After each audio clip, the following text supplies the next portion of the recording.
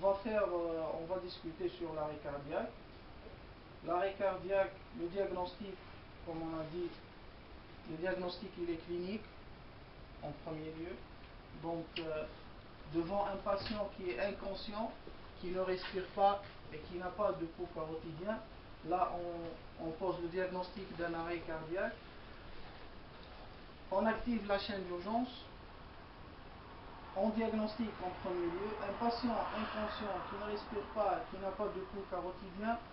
On demande l'assistance d'une équipe d'intervention d'urgence et puis on commence immédiatement la réanimation cardio-respiratoire. La réanimation cardio-respiratoire est basée sur le massage cardiaque de 30 compressions continues et de 2 insufflations.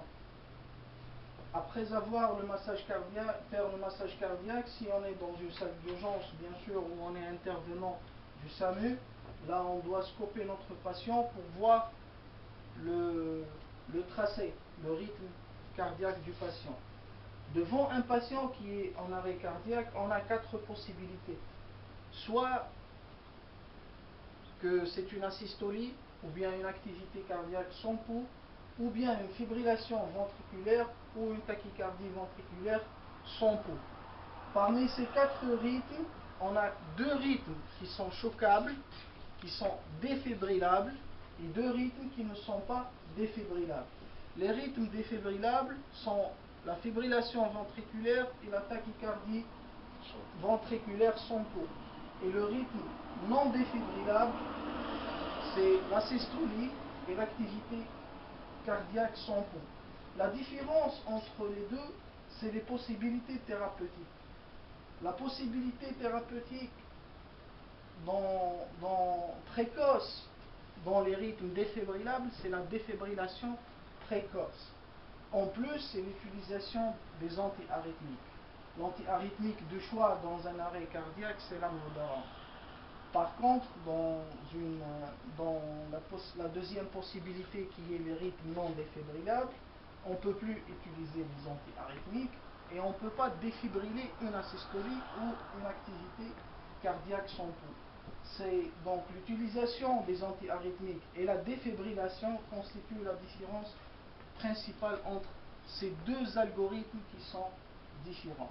Mais quelle que soit la cause électrique de l'arrêt cardiaque, le massage cardiaque de 30 compressions thoraciques continues et de haute qualité plus 2 insufflations reste toujours un élément constant.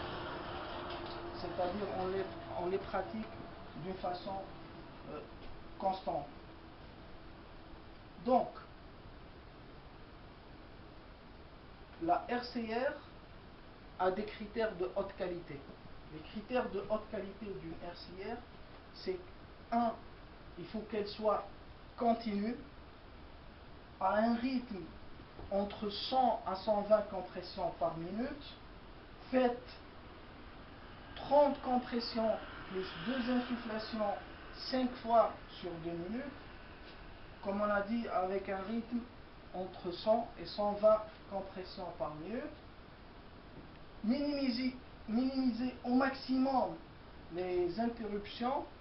Permettez une relaxation complète du thorax après chaque compression et massez fort, massez rapide.